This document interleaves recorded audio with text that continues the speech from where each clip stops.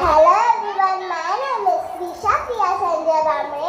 I am singing a Marathi song of India.